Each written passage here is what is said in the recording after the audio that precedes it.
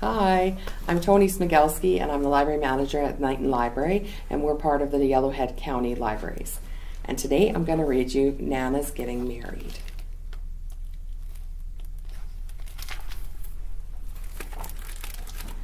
Nana was the best grandma in the world until she met Bob.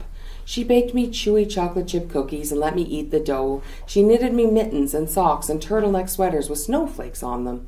She told me stories at bedtime that always had a happy ending.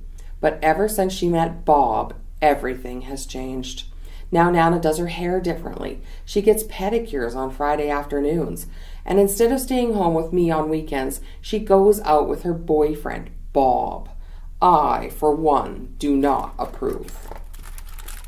My parents seem happy for her. Mom helps pick out what she'll wear on her dates. Dad tells her about terrific new shows playing nearby, and they send her off with a wave and a smile, telling her that she looks great. I don't think she looks great. I think the clothes Mom picks out for her are dreadful, not to mention inappropriate. The thought of Bob holding her hand at the show makes me want to gag. Nana sure looks amazing, says Mom. Gross, I say.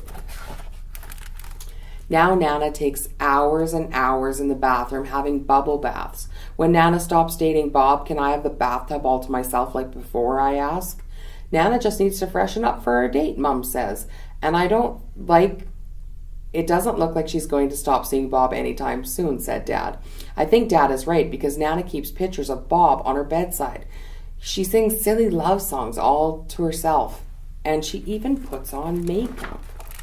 When Nana won't get off the phone, I pick up the receiver and loudly clear my throat. But she never seems to take the hint.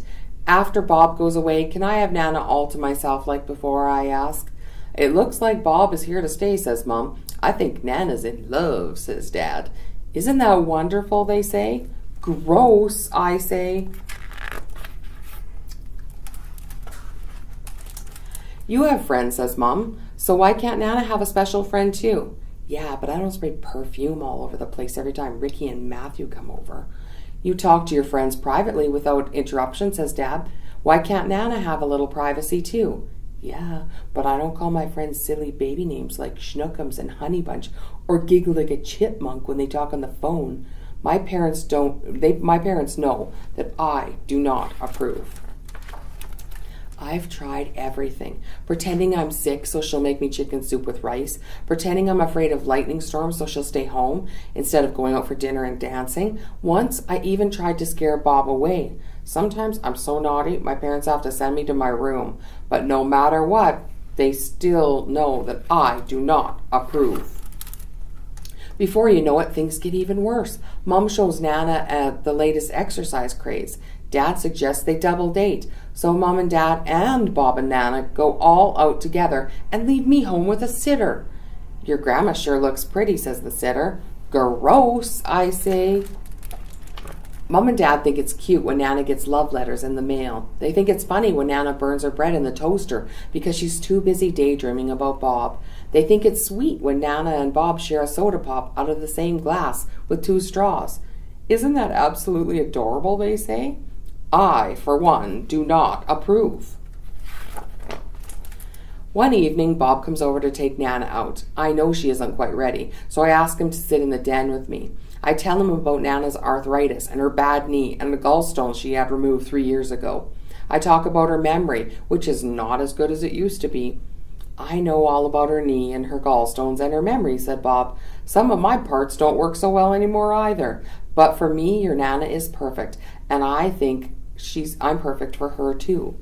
I, for one, am not so sure. But when she comes downstairs, everyone says how lively she looks. Nana sure looks bubbly, says Mom. Gross, I say. I tell my friends to enjoy their grandmas while they can. Let them give you big wet kisses. Let them make sappy speeches about the day you were born. Let them pinch your cheeks and part your hair on the wrong side, I say. They might meet a man like Bob and all that could change. They could all start acting weird. I've tried everything. Going on strike, no one noticed. Running away, it started to snow. Stamping, pouting, whining, and sulking. Nothing works. Bob keeps coming back for Nana. And I, for one, do not approve. One day, Nana sits me down and tells me that she and Bob are planning a wedding. And I want you to be the ring bearer, she says. No way, I said. Why should I? You don't bake me chocolate chip cookies anymore and let me eat the dough. You don't knit anything, no mittens, no socks, or turtleneck sweaters with snowflakes on them. You don't tell me bedtime stories with happy endings, and I don't like Bob. Nana rocks me gently in her arms and tells me that after she and Bob get married, they'll be moving just a couple streets away. It doesn't mean I'll forget about you, she said. We'll just have a new member in the family, and Bob is hoping that you can spend weekends with us sometimes. Bob said that, I asked. Yep, said Nana. He's even building a tree house for you in the backyard. He is, I say. Uh-huh, said Nana, rocking me some more. Sweetie, Bob makes me happy. He's perfect for me, and I think I'm perfect for him. I'm sure you'd like him if you give him a chance. Nana's eyes glow like brand new marbles held up to the light. She sure looks happy, I say to myself. At the wedding, I carry the rings proudly. Mom arranges Nana's bouquet and Dad seats the guests. Then the bride appears and everyone starts to whisper. Imagine at her age, one woman said. A blushing teenager, like a teenage girl, said another. I think Nana looks beautiful, I say loud enough for everyone to hear.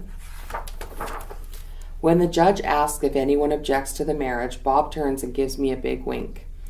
I don't know about anyone else, but I, for one, approve. Thanks for coming. See you next time.